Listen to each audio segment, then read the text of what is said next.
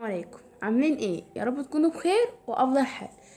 المره اللي فاتت اتكلمنا عن الحرف الكابيتال والحرف سمول، وقلنا على كل حاجه مثال او اتنين، وسمعتكم فيديو في اخر الحلقه اللي قبلها اللي كانت قبلها بالظبط اتكلمنا عن امتى الصوت، يعني ايه صوت ويعني ايه حرف، وامتى اقول على الصوت ساكن وامتى اقول على الصوت متحرك. وقلنا ان مش كل الحروف صوت، لكن كل الاصوات حروف.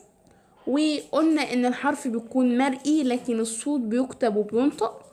قلنا ان ممكن يكون الصوت له اكتر من الحرف بيكون له اكتر من صوت. وقلنا يعني ايه كل حاجة وخلصناها. النهاردة هنتكلم عن الكلمة. اي كلمة في الدنيا، في الانجليزي او في العربي او في الفرنساوي او اي في حاجة، الكلمة بتكون حاجة من دول: اسم، فعل، حرف، صفة، وظرف.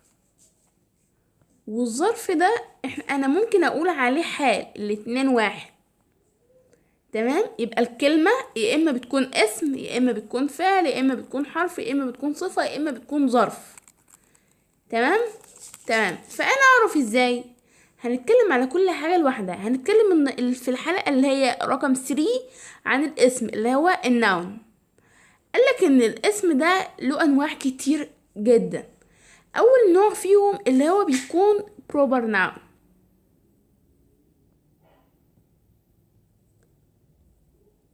يعني ايه؟ يعني اسم علم. يعني ايه برضو اسم علم؟ يعني لما اقول مثلا علي او ايجيبت، اقولك على الخلاصة: اسم العلم ده بيكون اسم انسان معروف، يعني محمد، عبد الله، ابراهيم، يوسف كده.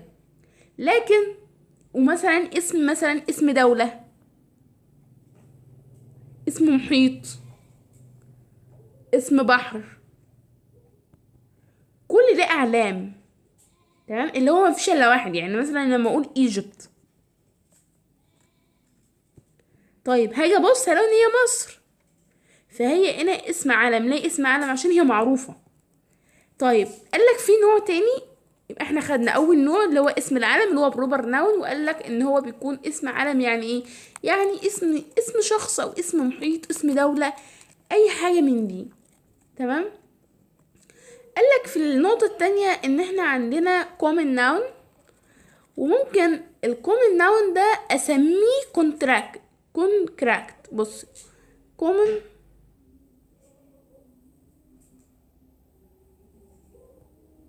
ناون ممكن اسميه كونتراكت.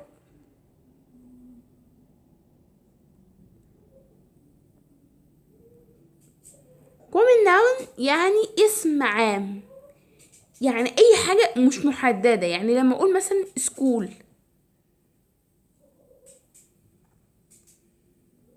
تمام. لما اقول مثلا مان، هنا اي مدرسة انا لما اجي اعرفها بعرفها كده. هنا اي رجل. لما اقول مثلا بوك، كل ده اسم عام، اسم عامة. تمام. كونتراكت اللي هو الاسم ده اللي هو اسم ملموس. يعني ايه؟ يعني حاجة انا بقدر امسكها. يعني ما اقول بوك، تمام، بوك ده حاجة انا بقدر امسكها في ايدي. تمام. في حاجة تانية اسمها ابستراكت، بس احنا ماشيين نقطة بنقطة. قالك الفرق ما بين، عشان مثلا ان انا مثلا اميزهم بسرعة او اعرفهم بسرعة، الفرق ما بين بروبر ناون او كومن ناون ان هو البروبر ناون لازم لازم يبدأ بحرف كابيتال. يعني ما اقول مثلا عبد الله،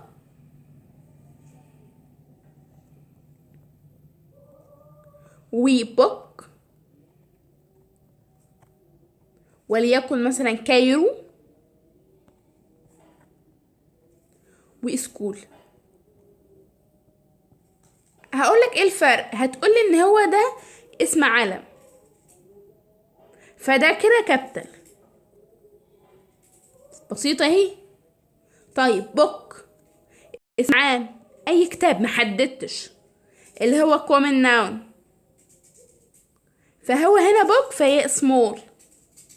كايرو، كايرو اسم علم، مدينة القاهرة، يبقى هنا كايرو يبقى ايه؟ يبقى كابيتال.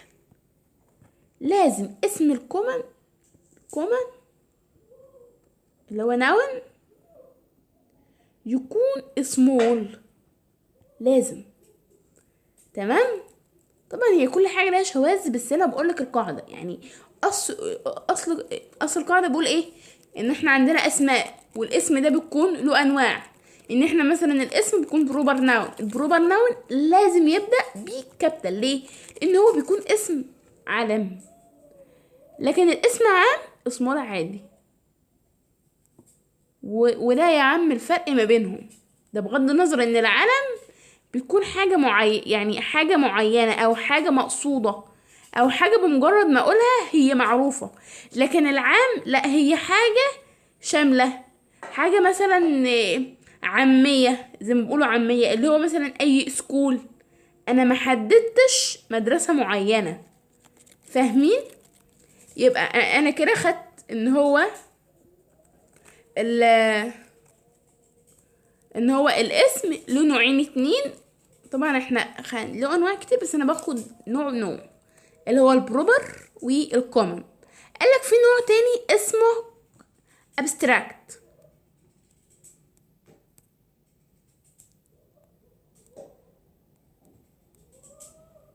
قالك ان احنا عندنا ابستراكت ده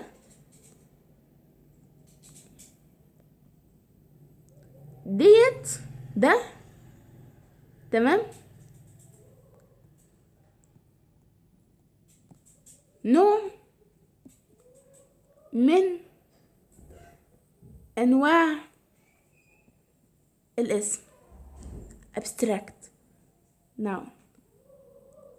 طيب بس الابستراكت ده قالك ان هو اسم معنوي. يعني ايه معنوي؟ يعني ايه اقول على حاجة معنوية؟ يعني حاجة ما بقدرش لا اشوفها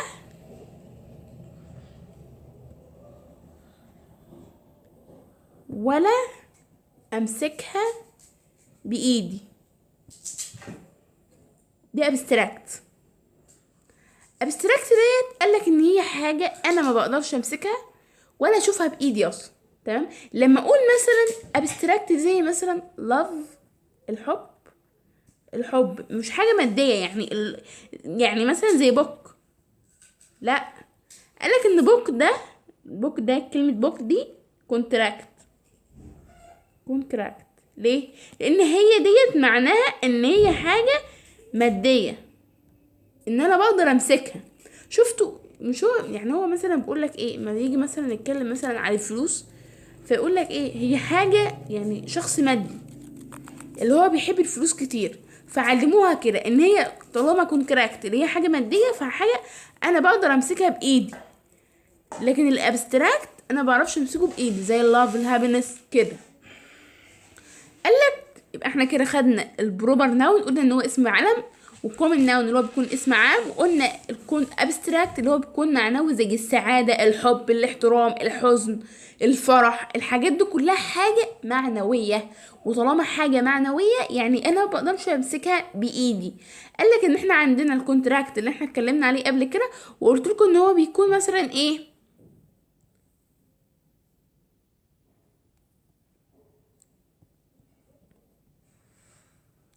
يعني حاجة مادية، حاجة بمسكها بإيد زي البوك، زي مثلا ماني مثلا، وهكذا. قالك عندنا نوع تاني وهو اللي هو singular أو plural. عندنا نوعين اللي هو بيكون بقى ايه، مفرد وجمع. بص لما تيجي ذاكر يعني ذاكر مثلا هو مفرد وجمع دول بيبقوا مع بعض دايما، فامسكهم. تمام. والاسم العلم والعام دول مع بعض، واللي هو الاسم المعنوي او المادي، دول الاتنين مع بعض، فاهمين؟ اللي هي معنوي او معنوي او ملموس. تمام. آه تعال نخش بقى على على حاجة اسمها اللي هي اللي هو countable noun. countable countable able noun. قالك الكونتيبل نون ده يعني اسم يعد. تمام. ده اللي هو بيندمج تحته نوعين، مفرد، وده اللي هو بيكون singular.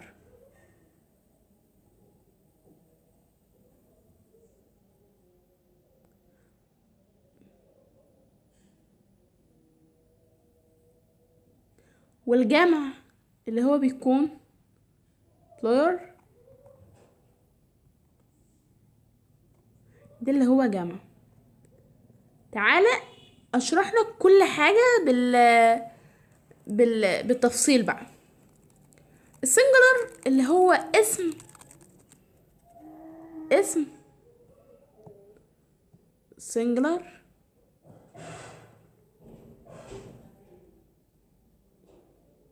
ده اللي هو بيكون اسم مفرد.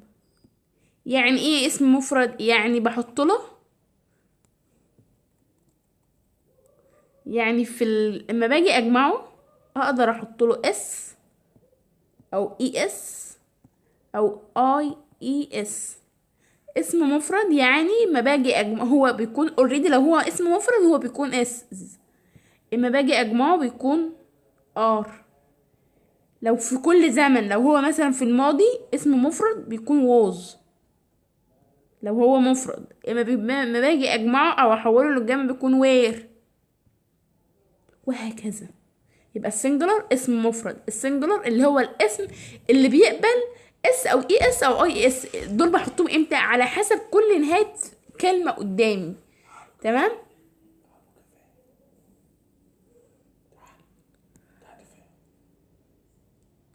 يعني مثلا لما اقول مثلا بوك،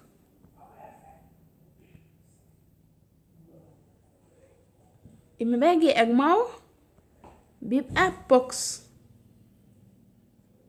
طبعا الحاجات دي شاذة، يعني مش كل اسم باجي اجمعه بحط له، مش كل اسم باجي اجمعه بحط له مثلا اس او اي اس او اي اي اس او الحاجات دي كلها، مش شرط يعني، فاهمين؟ يعني مثلا في كلمات شاذة معايا. تمام.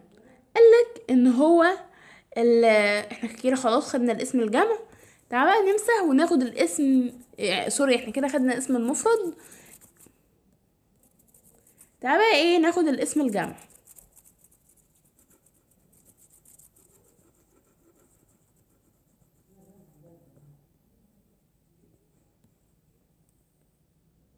الاسم الجمع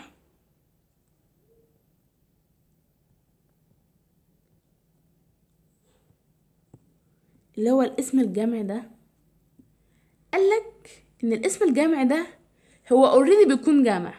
ممكن يكون اخره اس، هو الاسم نفسه اخره اس او اي اس او اي اي اس، او اسم او هو جمع من غير دول. تمام. بس هو جمع، زي مثلا دي كده معناها رجال، يعني من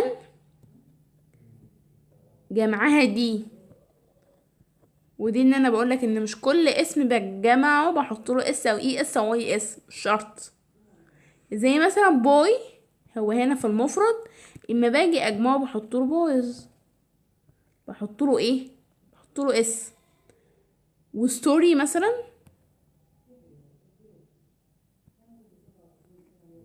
اما باجي اجمعه مثلا احط له ايه؟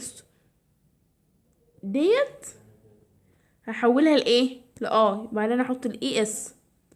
يبقى انا اتكلمت هنا في الاسم المفرد وفي الاسم الجمع، وعرفنا امتى اقول على الاسم عام وامتى اقول على الاسم علم، وامتى اقول كونتراكت وامتى اقول ابستراكت كونتراكت. تمام. وامتى اقول عليه اسم مفرد وامتى اقول عليه اسم جامع وامتى اقول اللي هو مفرد وجمع ده اللي هي يعد، فاهمين؟ يبقى هو هنا ايه؟ countable. قالك ان احنا عندنا اللي هو حاجة اسمها الاسم uncountable.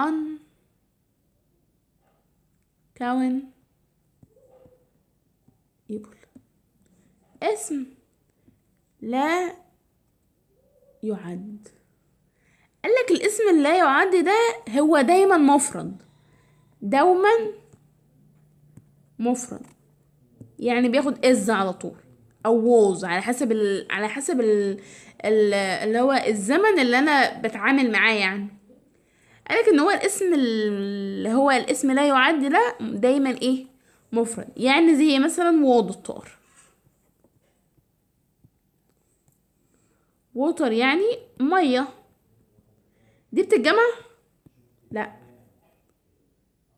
في كل الاحوال. يعني ما ينفعش احط لها يعني ما ينفعش احط لها اس ولا حتى لها حق ولا هي حتى قاعدة، هي اسم لا يعد. تمام. زي مثلا information،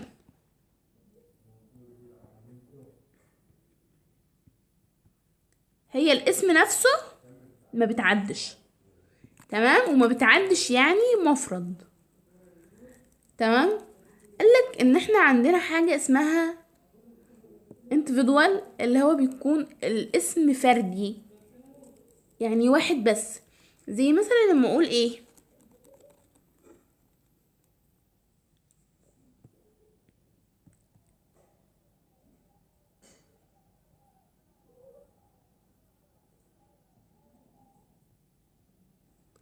اسم فردي. لما اجي اقول مثلا ايه؟ آه وليكن مثلا sheep، اقصد ان هو واحد بس. وليكن student، اقصد ان انا قدامي طالب واحد بس. لما اجي اقول مثلا player، لاعب واحد بس، وهكذا. طبعا ممكن اسم واحد، يعني ممكن كلمة واحدة وهي اللي هي بتكون اسم، ان انا اطلق عليها اكتر من اسم. يعني مثلا لما اقول مثلا ايه؟ آه يعني ممكن مثلا يكون اسم علم او عام وملموس اللي هو مادي، ويعد او لا يعد، فاهمين؟ وممكن يكون مثلا مفرد، يعني هي ممكن تكون حاجة واحدة بس. يعني ممكن تكون حاجة واحدة بس ولها اكتر من اكتر من حاجة. يعني مش شرط مثلا عشان هو يعني مثلا وليكن عالي مثلا، هو هنا علم. تمام. وليكن تعالى نتكلم عن حاجة تانية زي مثلا بوك. ممكن اقول على دي ايه؟ ان هو اول حاجة خالص اسم عام اللي هو common. نقطة تانية ان هو ممكن اقول اللي هو singular.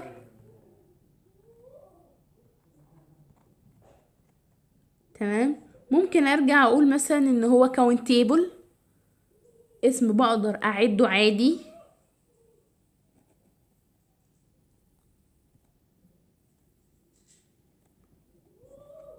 تمام. ممكن اقول عليه مثلا ان هو individual، فردي. انا مش عارفة وكل ده. فهو ممكن اسم واحد يعني اطلق عليه اكتر مثلا من noun او كده. طيب تعال نتكلم عن نقطة تانية، واللي هي بتقول ان احنا عندنا نوع تالت، وهو اللي هو احنا خدنا اللي هو بيكون اسم فردي وقلنا ان هو بيكون اسم واحد بس. تعال مثلا نتكلم عن اللي هو بيكون collective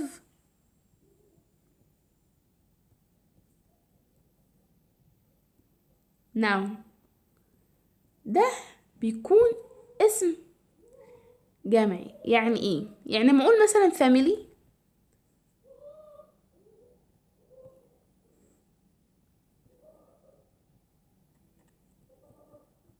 يعني أسرة. الأسرة دي بتتكون من أب، أم، أولاد يعني.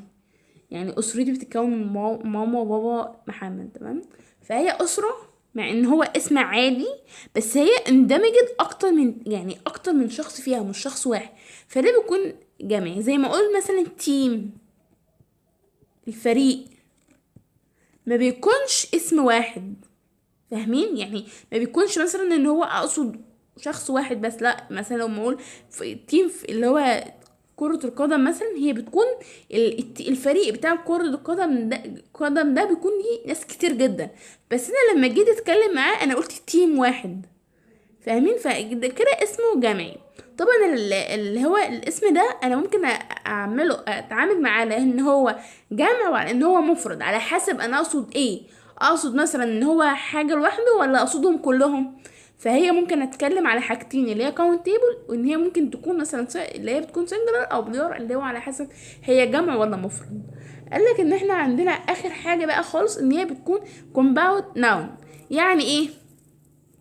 يعني اسم مركب. وما تلخبطليش بين اسم جمعي، تمام، وبين اسم الكومباوند. الكومباوند ناون،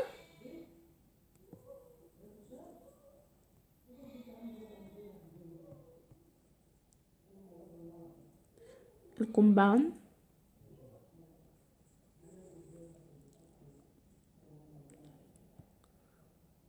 ناون ده هو اسم ايه؟ اسم مركب. يعني ايه مركب؟ يعني ممكن يكون اسمين، او اسم وصفة، او اسم وحرف جر، او اي حاجة بس لازقين في بعض. يعني ما اقول مثلا breakfast،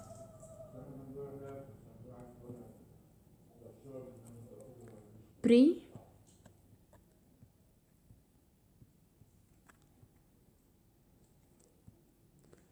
لو جيت ابص انا الاقي ان هي دي كلمة كده ودي كلمة لوحدها. البريك اللي هو راحة او استراحة. الفاست، فاهمين؟ فالكلمتين اندمجوا مع بعض بقوا كلمة واحدة. يعني دي كلمة اصلا ودي كلمة لوحدها، فلما اندمجتهم مع بعض بقت بريكفاست. زي مثلا برضو عندنا مثلا ايه؟ نيوز بيبر. لو جيت ابص الاقي ان دي كلمة ودي كلمة، بس ممكن الكلمتين يعني يتجمعوا يعني كده. زي مثلا بوستمان.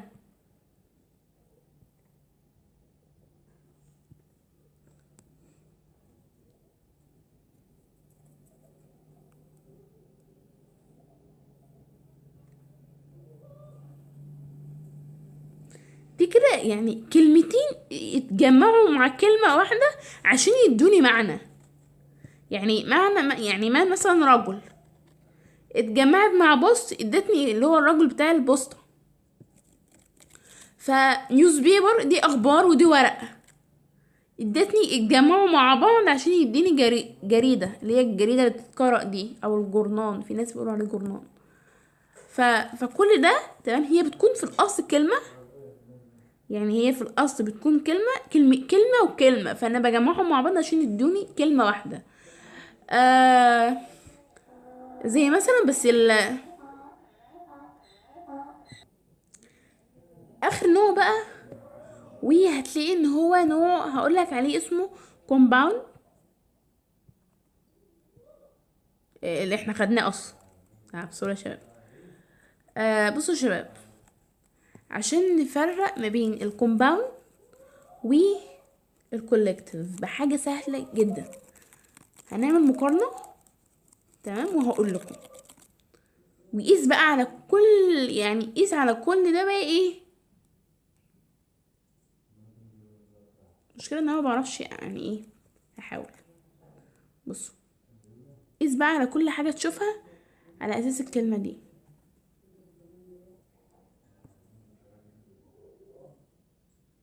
ديت مثلا collective،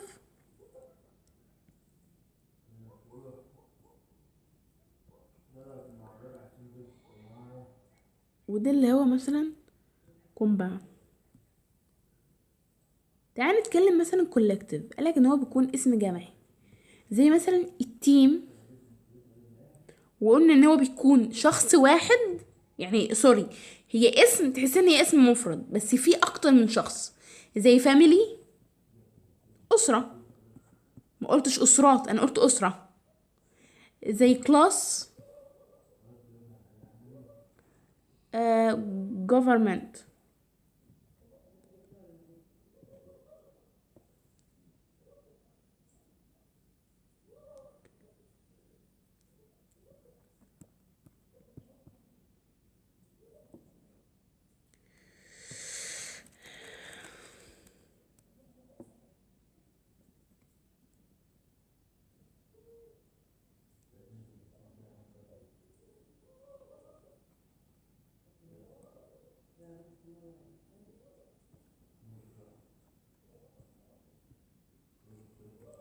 تمام. الكومباوند بقى، انا ما اعرفش انا خطي كده ليه يعني، مع ان في الحقيقه الخط بيكون احسن من كده، بس ما علينا بقى. الكومباوند ده قالك ان هو بيكون اسم مركب. مركب يعني شفتوا اللي هو بيكون مثلا واخد من كل حاجه حاجه، هو زيه بالظبط كده. زي ما اقول مثلا بوستمان، بوستمان، او زي ما اقول نيوز بيبر،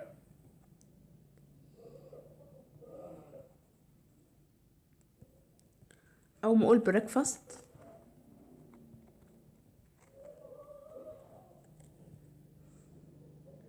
او مثلا ما اقول السيستر ان لاو. بصوا يا شباب، ممكن الكومباوند ده ممكن يكون فيه شرطة هايفن، او ممكن ما يبقاش فيه، بس كده، ده الاسم.